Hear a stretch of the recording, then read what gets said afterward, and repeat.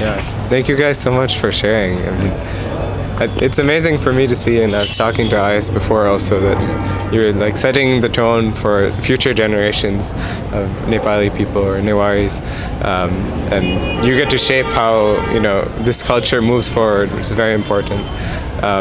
For the audience that isn't aware about this tradition, how it used to be, the things that are important, such as storytelling, and the decline since of a lot of these traditional values and things. Could you guys speak to the importance of preserving this tradition, the different parts of it, and also even just Newar Bhasha, Nepal Bhasha and Newari, and the importance of maintaining the language as it stands. Yeah. Who would like to answer? La, sorry.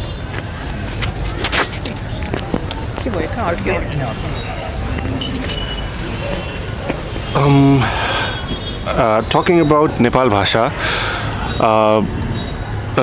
it is considered to be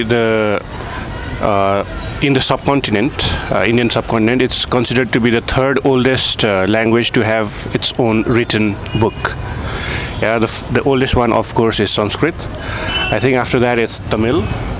And I think the third in the subcontinent, I'm not sure about this, but I've heard it somewhere that it's the third oldest language to have its own a book written in that language, right? So it's a very old language. Of course, the old language was very different from what we speak now, of course, right? But still, and it's a language which is at the crossroads of two cultures, one to the north and one to the south. So the language itself portrays that to a large extent, because we have words in Nepal Bhasha that originate both from the north and from the south as well, right? So it's an amalgamation. The culture itself is an amalgamation of the north and the south. The culture itself is an amalgamation of two different cultures, of two different religions.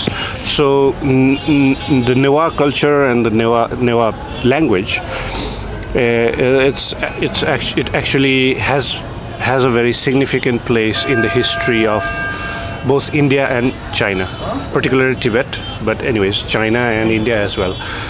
Because if you talk about the culture, the festivals that we celebrate here, these festivals were celebrated throughout the subcontinent at one point of time. Like Indra Jatra, or celebrating Indra, as the giver of rain, right? Because rain is so important to us because of monsoons. If a monsoon fails, we know what happens, right? Nobody gets to eat, everybody dies, right? So rains are very important. So all of our culture is based on the onset of monsoon, right? So at the very onset of monsoon, we have a festival called Sithinakha, where we worship Kumar. But also we clean all our water bodies, like wells, and so because after monsoon starts, you cannot do that because everyone is busy with agriculture, right? So, and also during monsoon, if you have a not so clean source of water, then of course you get sick, right? So just before the onset of monsoon, we do that. And towards the end of monsoon, we celebrate Indra Jatra, where we thank Indra for a good rainfall. And after the harvest, we have Yomari Puni, where with the new harvested rice, we make certain sweets, and we give it to the gods as a thank you for a good harvest, right? So it's all around, and this was, this used to be the culture of the whole subcontinent, but in India, as we know, there was a lot of foreign invasion, and so the culture in India changed with time. But Nepal remained independent, remained largely unaffected by these changes. So it has still continued to, carry those age-old, rituals that you. Some of these rituals are even mentioned in Rig Veda itself, right? So these rituals are that old. I mean to say. So this is. So Newar culture is a very important culture, and that's what I'm trying to portray. So right now we are losing most of that culture, or at least it's not being transferred to the next generation, right?